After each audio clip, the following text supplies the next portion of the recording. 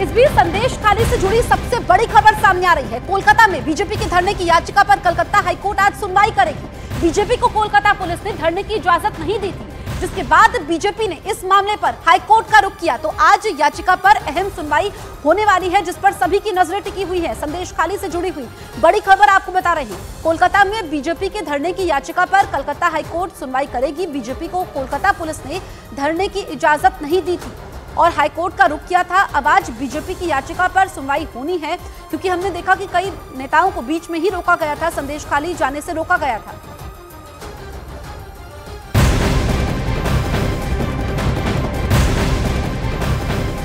संदेश खाली मामले में हाईकोर्ट की सख्त टिप्पणी के बाद टीएमसी नेता कुणाल घोष ने बड़ा दावा कर दिया है। उन्होंने 7 दिन में शाहजहां शेख को गिरफ्तार करने की बात कही है। इस वक्त की बड़ी खबर, शाहजहां शेख की गिरफ्तारी पर कुणाल घोष ने बड़ा दावा किया है। बंगाल पुलिस के खिलाफ बीजेपी अर्जी पर एक तरफ सुनवाई होनी है, दूसरी तरफ कुणाल घोष कह रहे हैं कि 7 दिनों के अंदर शाहजहां शेख को गिरफ्तार कर लिया जाएगा। ये वही शाहजहां शेख है जिसकी गुंडाई और रसूख की बातें अब यहां पर खुलकर सामने आ रही है। महिलाओं ने अपनी आपबीती बताई, अभी तक वो फरार है।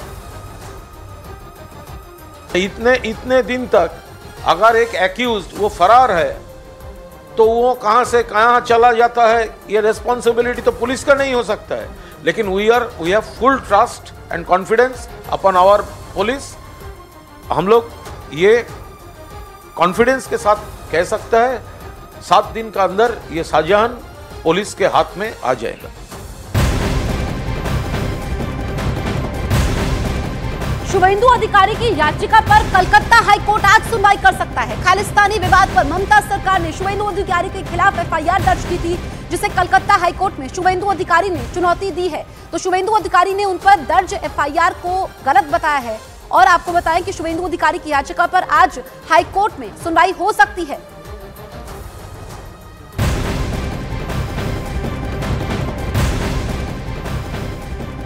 बड़ी खबर महाराष्ट्र से सामने आ रही है। मराठा आंदोलन के नेता मनोज जरांगे पर बड़ा आरोप लगा है। बीजेपी विधायक ने मनोज जरांगे के पीछे शरद पवार के होने का आरोप लगाया है। इसके साथ ही शरद पवार पर सब कुछ करवाने का आरोप लगाया।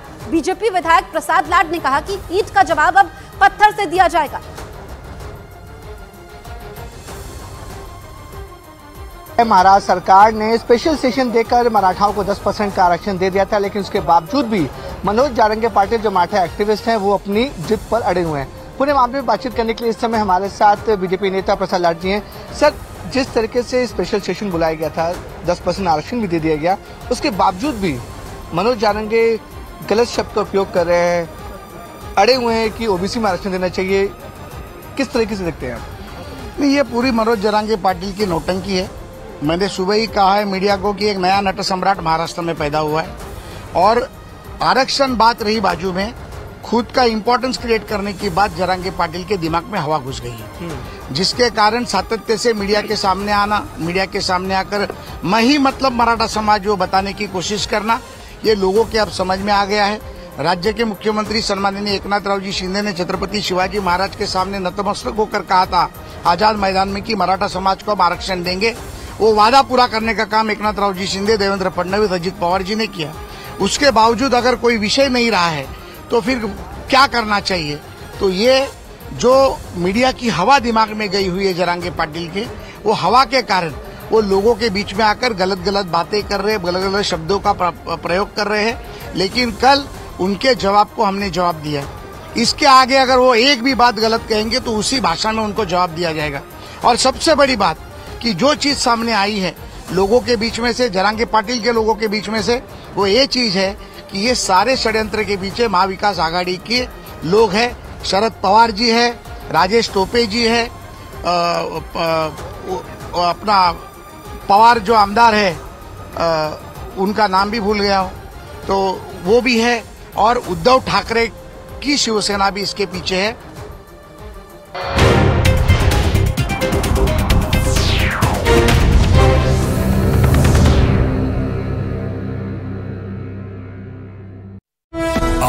तीन लोग गंभीर रूप से घायल हो गए क्योंकि वो तेंदुआ उन पर ऐसे झपटा जैसे उनकी जान ही ले लेगा। वीडियो में तेंदुए को देखते ही कुछ लोग चीखते चिल्लाते हुए सड़क पर भागते दिखाई दिए, लेकिन उस तेंदुए ने झपट्टा मारकर 3 लोगों को जमीन पर गिरा दिया।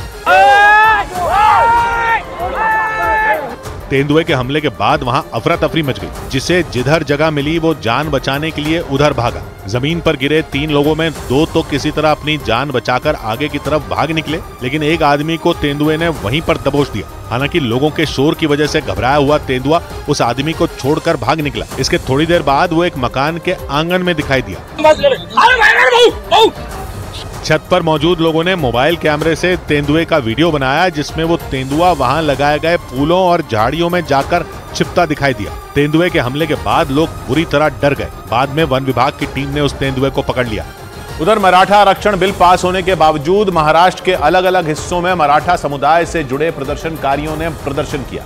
एक हफ्ते पहले महाराष्ट्र सरकार ने विधानसभा का विशेष सत्र बुलाकर मराठा समुदाय के लोगों को 10% आरक्षण देने वाले बिल को पास किया था। लेकिन विधानसभा से बिल पास होने के बाद भी महाराष्ट्र के कुछ जिलों में आंदोलन की आग फिर से भड़क गई। जालना में मराठा समुदाय के लोगों ने एक सरकारी बस में पहले तोड़फोड़ की, फिर उसे आग के हवाले कर दिया। जालना की आंबद तहसील में छत्रपति शिवाजी महाराज चौक पर मराठा समुदाय के लोगों ने इस सरकारी बस में आग लगा दी। थोड़ी देर में वो बस आग का गोला बन गई। मराठा समुदाय के प्रदर्शनकारियों ने जिस जगह बस में आग लगाई वहां पर एक भगवा झंडा भी लगा दिया। प्रशासन ने इस घटना के बाद बस सेवा को अगले आदेश तक बंद कर दिया। नासिक में भी मराठा आरक्षण के मुद्दे पर मराठा समुदाय के प्रदर्शनकारियों ने सड़क जाम कर दी।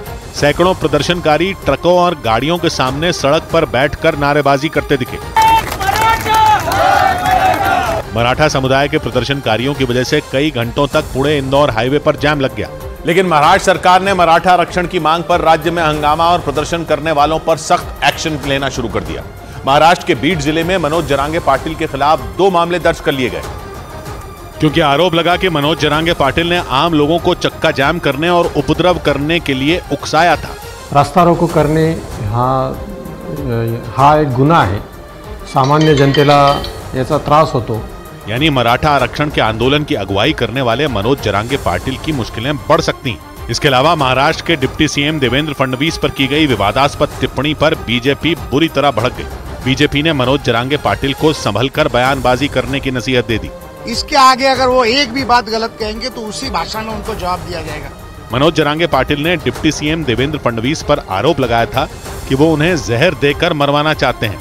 उन्होंने अपने समर्थकों से देवेंद्र फडणवीस के घर का घेराव करने की अपील कर दी थी। लेकिन बीजेपी ने आरोप लगाया कि मनोज जरांगे पाटिल और उनके आंदोलन के पीछे शरद पवार हैं और मनोज जरांगे पाटिल उन्हीं के इशारे पर चल रहे हैं।